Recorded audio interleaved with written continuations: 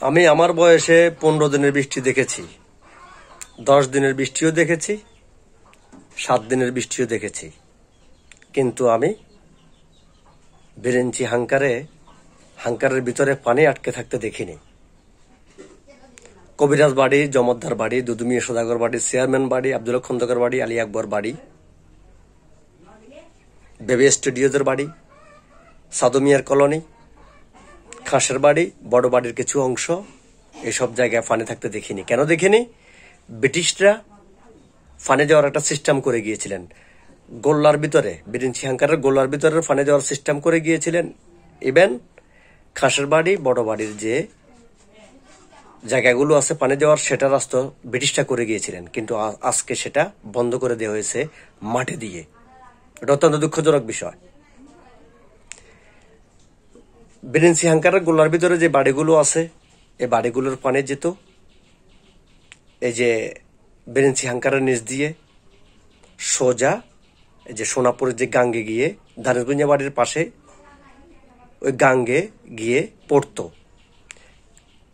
Same খাসের বাড়ি, বড় বাড়ির পানিগুলো এই যে ধানেশগুঞ্জা বাড়ির গাঙ্গে গিয়ে পড়তো। এখন এই যে বিরিঞ্চি হাঙ্কারের যে গোল্লা আছে, যে ভিতরে আছে, যে 5-6টা বাড়ি আছে, এই বাড়ির পানি খাসের বাড়ি এবং বড় বাড়ির কিছু অংশের এই পানিগুলো আটকাইছে বিরিঞ্চি হাঙ্কারের নিচে। অলরেডি জেসমিন কমিশনার, আমাদের বিরিঞ্চির সাবেক জেসমিন কমিশনার একটা পোল করে দিয়েছে শামসুল হক চেয়ারম্যানের বড় ভাই নুরুল ইসলাম মিয়ার নাকি জায়গা সেটা, অথচ সেখানে অধিকাংশই আর্মিদের জায়গা, সরকারি জায়গা। সেই জায়গাতে জেসমিন কমিশনার পৌরসভার একটি পোল করে দিয়েছিল। যেখানে পৌরসভার পোল হয় সেখানে মাটি ফেলে কেউ পানি আটকাতে পারে না, জলাবদ্ধতা সৃষ্টি করতে পারে না।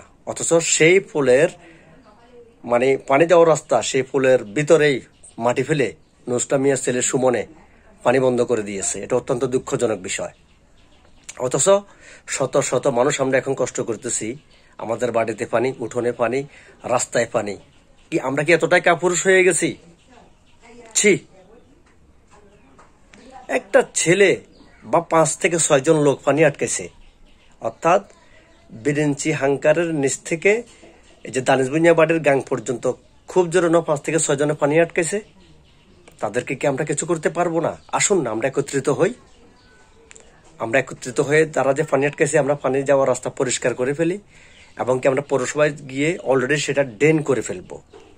যেহেতু এটা ব্রিটিশ সরকার পানি যাওয়ার রাস্তা করে দিয়েছে, ওই যে খালের সাথে, সোনাপুরের যে খাল আছে ধানেশগুঞ্জা বাড়ির পাশে, ওই খালের সাথে ব্রিটিশ সরকার অলরেডি কি করে দিয়েছে? পানি যাওয়ার রাস্তা করে দিয়েছে। আসুন আমরা একত্রিত হই। আমি তাল গাছ, আমি বট গাছ, আমি হ্যান, আমি তেন। আপনি কি করতেছেন তাল গাছ, বট গাছ হয়ে? আপনি এলাকার নেতা খেতা হয়ে কি করতেছেন? এলাকার মানুষের কি উপকার করতেছেন বলেন? ওইসবগুলা বাদ দেন। আমি কচু গাছ বলতেছি, কচু গাছ চেনেন? 2 টাকার কাপড় বলতেছি। আসেন, মানলে কচু গাছ, না মানলে বট গাছও না। আসুন না সবাই একত্রিত হন, সবাই একত্রিত হন। খাসের বাড়ি, বড় বাড়ির কিছু অংশ আর আমাদের হাঙ্কারের ভিতরে যে বাড়িগুলো আছে, এই বাড়িগুলোর পানি যাওয়ার রাস্তা কিন্তু একটা। সরকারি পোলের সামনে যারা মাটি ফেলে পানি আটকেছে, মাটিগুলো আমরা সরাবো এবং পৌরসভায় গিয়ে অলরেডি বিরিঞ্চি হাঙ্কারের নিচ থেকে ধানেশগুঞ্জা বাড়ির ওই গাং পর্যন্ত ড্রেন করে ফেলবো সরকারিভাবে। আমরা সবাই একত্রিত হন, পৌরসভা ড্রেন করে দেবে। আল্লাহ হাফেজ।